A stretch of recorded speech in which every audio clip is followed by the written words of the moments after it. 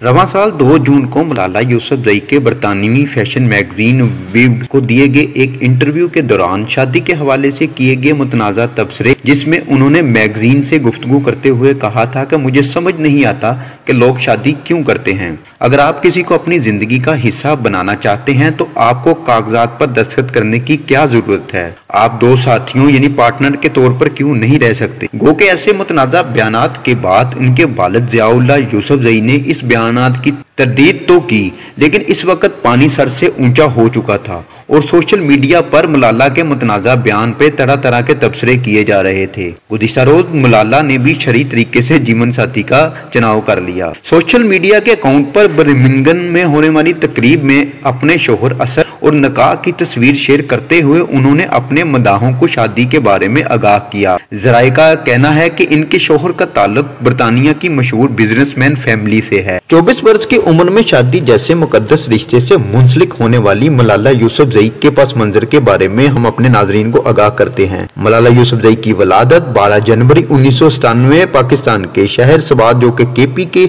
का हिस्सा है, वहां पर हुई। मलाला यूसुफजई खवातीन की तलीम की सरगर्म कारकुन है और किसी भी शोबे में नोबल इनाम वसूल करने वाली सबसे कम सन फर्द होने का एजाज भी इनके पास है। इनकी वजह शोहरत अपने आबाई इलाके सवात और खैबर पख्तूनख्वा में इंसानी हकूक, तलीम और हकूक नस्वां के हक में काम करना है। जब मुकामी तालिबान ने लड़कियों को स्कूल जाने से रोक दिया था, तब मलाला की तहरीक बैनुल अक़वामी दर्जा इख्तियार कर चुकी। इलाके में स्कूलों का एक सिलसिला मलाला के खानदान की मिल्कियत है। 2009 की इब्तिदा में 11 साल मलाला यूसुफजई ने गुल मकई के कलमी नाम से BBC के लिए एक ब्लॉग लिखा।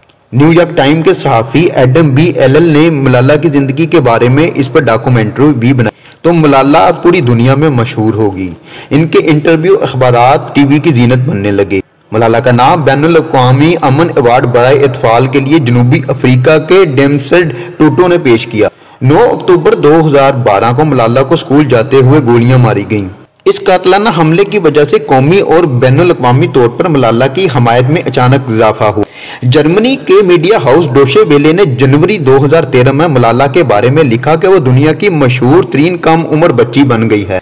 12 जुलाई 2013 को मलाला ने अक़वाम मुत्तहिदा के सदर दफ्तर में खिताब किया और मुतालबा किया कि दुनिया भर में तलीम तक रसाई दी जाए। सितंबर 2013 में मलाला ने बर्मिंघम की लाइब्रेरी का बाकायदा इफ्तिताह भी किया। मलाला को 2013 का सखारूव इनाम भी मिला। 16 अक्टूबर 2013 को हुकूमत कनाडा ने ऐलान किया कि कनाडा की पार्लियामान मलाला को कनाडा की आज़ादी शौरियत देने के बारे में बहस कर रही है। फरवरी 2014 को स्वीडन में मलाला को वर्ल्ड चिल्ड्रन प्राइज के नाम के लिए नामजद किया गया। 12 मई 2014 को मलाला को university of Kings college Halifax की जानिब से आज़ादी डॉक्टरेट की डिग्री भी दी गई।